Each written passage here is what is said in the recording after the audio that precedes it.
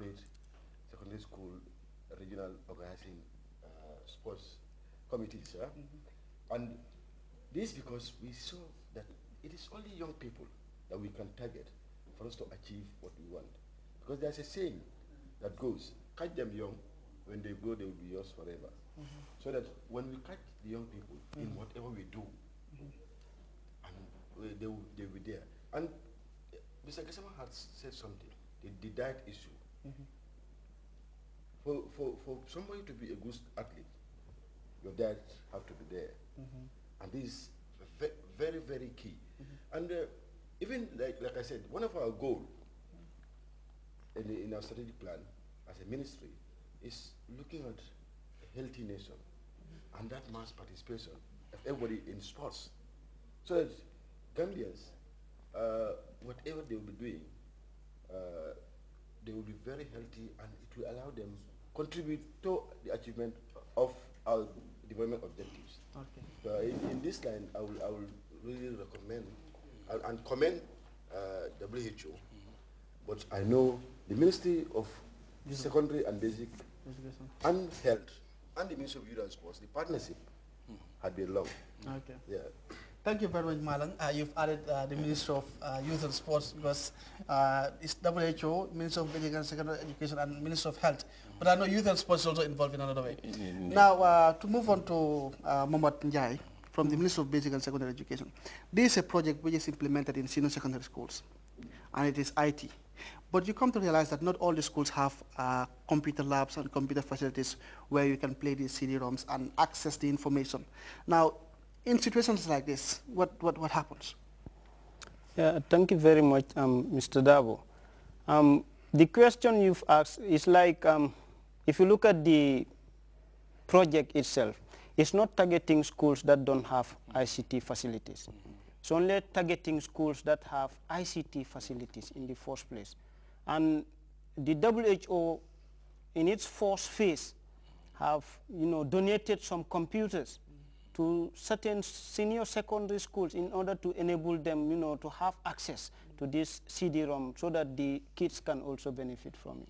Okay. Yeah. In addition to that, maybe Mr. Dabo, is that initially you have to assess the readiness of schools. How can they participate in this? And I said technology. Perhaps I will also ask that question. How does how many schools are involved and so on. But maybe to Ms. Fatou Toure. Yeah. Fatou Toure, your school is in the North Bank. Yes. Perhaps it has this facility, information technology facility. Yeah. But how are students passionate towards this new project? Are they showing real interest in it? I don't know whether it has started implementation, but so far, how has been their participation towards this? And how has been their performance also? Because the performance also count. If it is interesting to them, it will have to reflect on their performance. Yeah, definitely. Yeah, how are, the impact on these two areas? Yes, as I said earlier before, when they came to us, they came with the 3 models. So this staying fit, we just... Which models? The safer food, better life. Then you have mind the bite, that is malaria. You also have the staying fit, that is physically activity. So we call them in a hall, sensitize them about the models. So we play the computers, we have to put them in the computers, play for them, and we save them in all the computers. So that means all the students there have the access to it. So at the end of the day, they find it interesting, especially the game part of it. So the students, it stimulates them, they have that interest in it. So at the end of the day, then they say that we need to train 200 students.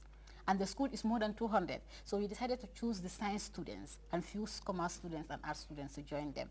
So at the end of the day, we do our training for like one month. So they came for the competition. Definitely, we did well. Okay. Yeah. Mr. Mohamed Toure, Mohamed Njai rather, can you, how many junior and senior secondary schools do we have in this country? Well, as of now, the senior secondary schools that are in the country, to be candid, I can't tell as of now. Okay. But like, it's a huge number, and enrollment is increasing. the enrollment, yes, is on the increase. Okay. Yeah. Now let me move to Mr. WHO. Gasama, what were the criteria put in place by the World Health Organization, in terms of choosing the schools, and in terms of ensuring that the program is well rolled out? Thank you very much.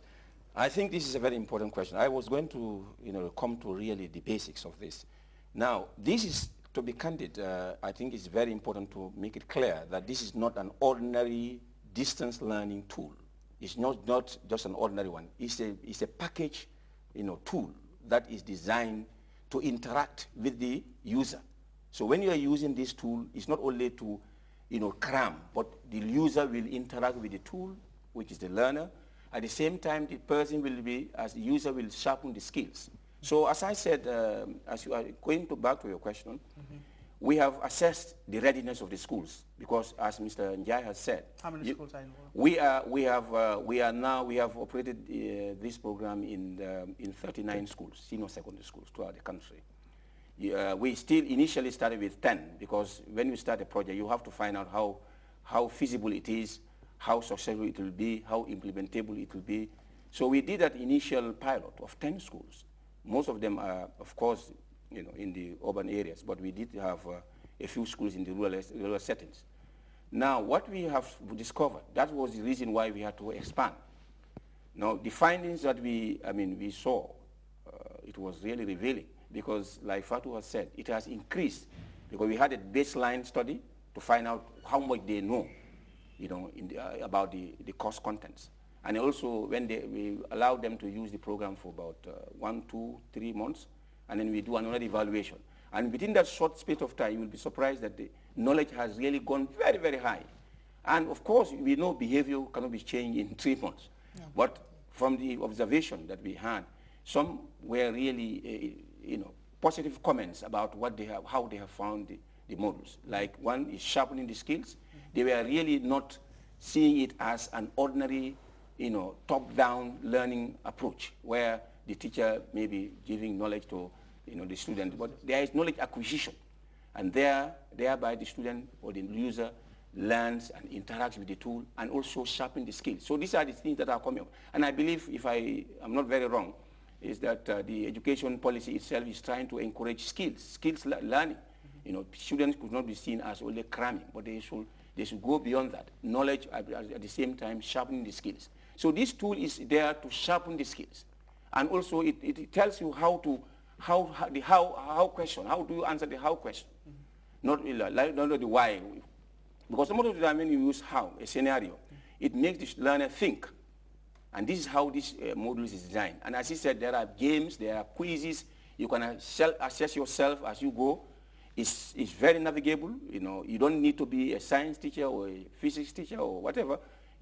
All you need is just to put the CD-ROM in the computer, and the child or the student will navigate by himself or herself. So it's as simple a tool as that. Okay. It's not like any complicated, sophisticated one. And that's the reason why we train mentors, teachers who will be coordinating these in the classes. So as I said, we did the initial assessment in 2009. We went into 10 schools, and now in the second phase we went into 14 schools. Now we are operating in 15 schools.